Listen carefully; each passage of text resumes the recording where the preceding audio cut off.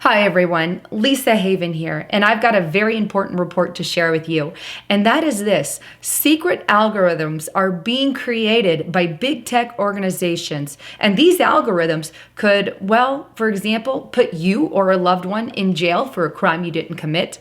They could send CPS to your door knocking about the safety of your children, even though you've done nothing wrong. Or very simply, get you or your loved ones in a car wreck and send your car off a cliff.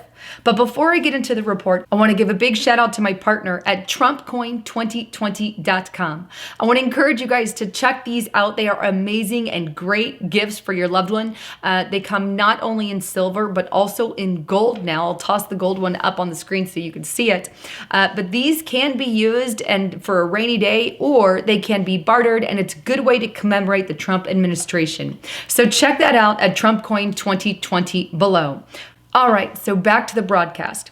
What I want to do now is take you straight to the source that I got that from, and that's zerohedge.com, and it was put out October of 2018.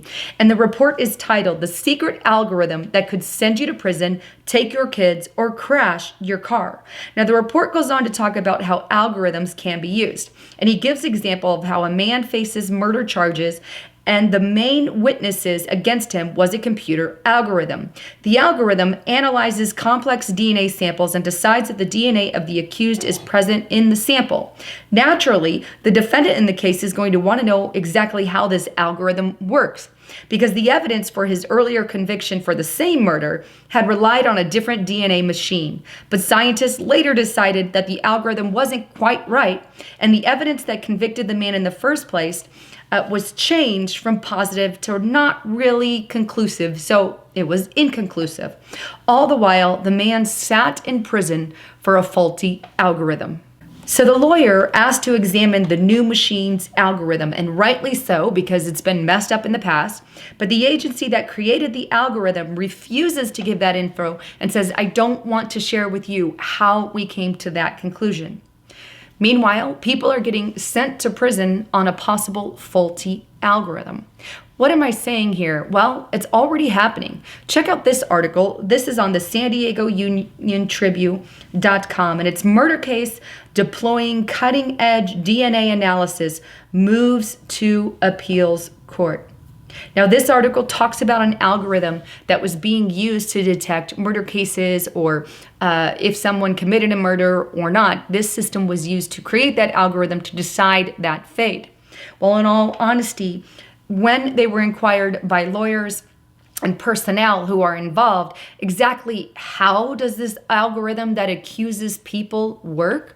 Well, the company refused to give them the information altogether. So if you're being convicted of a crime and these algorithms have been faulty in the past, how come the public isn't privy to that kind of information when it can convict you or a loved one for something you did or didn't do?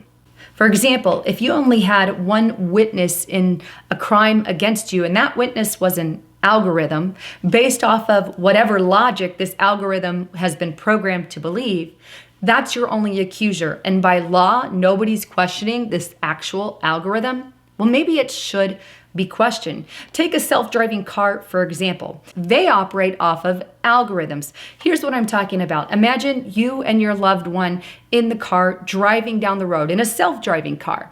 And the self-driving car comes along and there's 3 people crossing in front of you. Now your car, using algorithms, must decide whether or not to hit those pedestrians in the road or drive you and your loved one off a cliff. Say the car decides, well, there's more of you than them, I'm driving you off a cliff.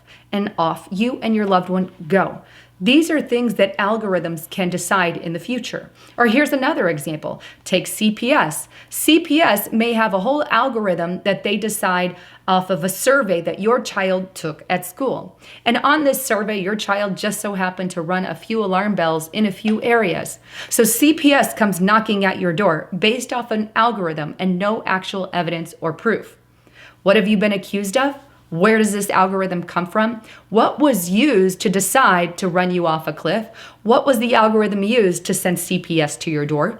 What algorithm did they use to convict your child or person or loved one or yourself of a murder or a robbery or a crime or whatever it is? The truth is, they're not sharing the information. And this should throw up red flags to everyone. Now, obviously, that level of algorithm attacks is not happening today, but it could in the very near future. In fact, a form of it is already happening today. What am I talking about? Well, take Google, for example. Your biggest internet search engine organization, Google Chrome. If you plug in certain things on the internet, it automatically weeds through the news stories and puts certain news on top of the search engine rather than other news stories. Another thing that Google is doing is they're censoring conservatives using algorithms. While they claim time and time again they're not censoring conservatives, the truth is they're censoring conservative viewpoints. Let me give you an example. If you were a conservative, likely you believe in pro-life. And that's your political view as a conservative. Well, if you write an article that is more pro-life in nature, Google has it set, and this is an example, I'm not saying they have it set to clarify, but Google may have it set to where anything that is pro-life in nature gets the bottom of the barrel and pro-choice gets pushed to the top. This is exactly how they are censoring conservatives. They're using conservative viewpoints and pushing it to the bottom of the barrel. And it's not just viewpoints. Algorithms can be used by Google to manipulate the election. Check out this article on WND.com, and it's titled, "Google Manipulates 25% of the World's Election." Well, it's not just elections that they're messing with. They're messing with everything. What your child sees, what you see, what news you get, these are all based on algorithms. And in the future, we could have a very terrifying near future if these algorithms persist. That said, we also have to keep in mind things like bots and trolls and foreign actors and all these people that also manipulate things on the internet. They're all part of the agenda and they're all part of the plan. That said, hopefully you guys got the alert message from President Trump. I did at 2:18 Eastern Time. It's interesting nonetheless. But that said, thanks again for tuning in. I'm Lisa Haven, signing out.